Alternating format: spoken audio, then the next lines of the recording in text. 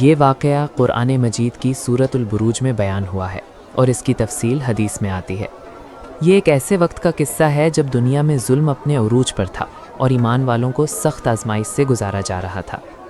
ایک علاقے میں ایک ظالم بادشاہ حکومت کرتا تھا۔ روایات میں اس کا نام نہیں آتا، لیکن وہ اپنی طاقت پر بہت مغرور تھا۔ اس نے لوگوں کو مجبور کیا ہوا تھا کہ صرف اسے مانیں، اسی کی عبادت کریں اور اس کے خلاف کوئی آواز نہ اٹھائیں۔ جو انکار کرتا اسے سخت سزا دی جاتی۔ بادشاہ کے پاس ایک بوڑھا جادوگر تھا جو اس کی طاقت کا اہم حصہ تھا۔ جب وہ بوڑھا ہونے لگا تو اس نے بادشاہ سے کہا، اب میں زیادہ دیر زندہ نہیں رہوں گا، کسی لڑکے کو میرے پاس بھیجو تاکہ میں اسے اپنا علم سکھا دوں۔ بادشاہ نے ایک ذہین لڑکے کو منتخب کیا اور اسے جادو سیکھنے کے لیے بھیج دیا۔ لڑکے کی زندگی بدلنے والی ملاقات۔ وہ لڑکا روزانہ جادوگر کے پاس جاتا، لیکن راستے میں اسے ایک راہب ملا، یعنی اللہ والا شخص۔ وہ راہب اللہ کی عبادت کرتا تھا، سچائی کی بات کرتا تھا اور لوگوں کو توحید کی طرف بلاتا تھا۔ لڑکا اس کی باتوں سے متاثر ہو گیا۔ اب اس کی زندگی دو حصوں میں بٹ گئی، ایک طرف جادوگر، دوسری طرف راہب۔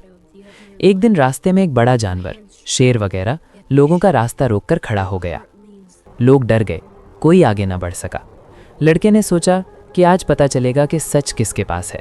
اس نے دعا کی، اے اللہ، اگر راہب کا راستہ سچا ہے تو اس جانور کو ہٹا دے۔ پھر اس نے ایک پتھر اٹھایا اور مارا اور جانور مر گیا۔ لوگ حیران رہ گئے۔ اب لڑکے کو یقین ہو گیا کہ سچائی جادو میں نہیں بلکہ اللہ کے دین میں ہے۔ وہ راہب کے پاس گیا، ایمان لایا اور اللہ کی طرف مائل ہو گیا۔ اللہ نے اس لڑکے کے ذریعے لوگوں کو شفا دینا شروع کر دیا۔ اندھے ٹھیک ہونے لگے، بیمار ٹھیک ہونے لگے، لیکن وہ ہمیشہ کہتا، میں نہیں، اللہ شفا دیتا ہے۔ بادشاہ کا ایک خاص درباری تھا جو اندھا ہو گیا تھا۔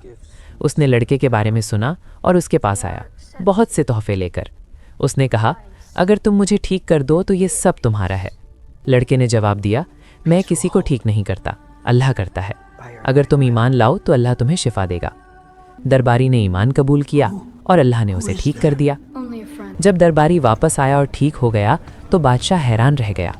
اس نے پوچھا، تمہیں کس نے ٹھیک کیا؟ اس نے کہا، میرے رب نے۔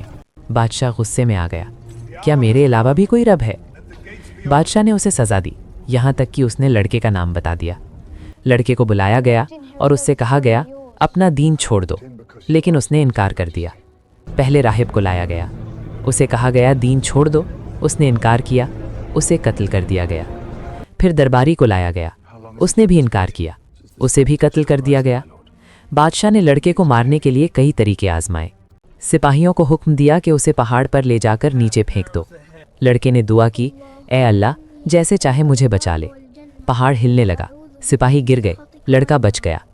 وہ لڑکا بادشاہ کے پاس آیا اور کہا، دیکھو، اللہ نے مجھے بچا لیا ہے اور جب تک اللہ نہ چاہے تم مجھے نہیں مار سکتے۔ یہ سن کر بادشاہ غصے میں آ گیا۔ اسے کشتی میں لے جا کر سمندر میں پھینکنے کا حکم دیا گیا۔ لڑکے نے پھر دعا کی، کشتی الٹ گئی، سپاہی ڈوب گئے، لڑکا بچ گیا۔ بادشاہ کی سب ناکام کوششوں کے بعد آخرکار لڑکے نے بادشاہ سے کہا، تم مجھے ایک ہی طریقے سے مار سکتے ہو۔ بادشاہ حیران رہ گیا۔ لڑکے نے کہا، لوگوں کو ایک جگہ جمع کرو، پھر مجھے ایک درخت سے باندھو اور تیر چلاتے وقت کہو، شروع اللہ کے نام سے جو اس لڑکے کا رب ہے۔ بادشاہ نے ایسا ہی کیا۔ جب اس نے تیر چلایا اور اللہ کا نام لیا، تیر لگا اور لڑکا شہید ہو گیا۔ لیکن اصل فتح یہاں ہوئی۔ لوگوں نے یہ دیکھا تو چیخ اٹھے، ہم اس لڑکے کے رب پر ایمان لائے۔ بادشاہ کا مقصد الٹا ہو گیا۔ ایک لڑکے کو مار کر اس نے پوری قوم کو مسلمان بنا دیا۔ بادشاہ پھر بھی گمراہی میں رہا، اور جب اس نے دیکھا کہ لوگ اللہ پر ایمان لانے لگے ہیں تو غصے میں آ کر بادشاہ نے حکم دیا، بڑی بڑی خندقیں کھودو، ان میں آگ جلاؤ اور جو ایمان نہ چھوڑے اسے اس میں پھینک دو۔ لوگوں کو زندہ آگ میں پھینکا گیا۔ ایک عورت اپنے بچے کے ساتھ آئی، وہ رک گئی، ڈر گئی۔ تب اللہ نے معجزہ کیا کہ اس کا چھوٹا سا بچہ بولا، اے میری ماں، صبر کرو، تم سچ پر ہو۔ وہ عورت مسکرا کر آگ میں کود گئی۔ اس قصے میں ہمیں یہ سکھایا گیا ہے کہ سچائی کے لیے قربانی دینی پڑتی ہے۔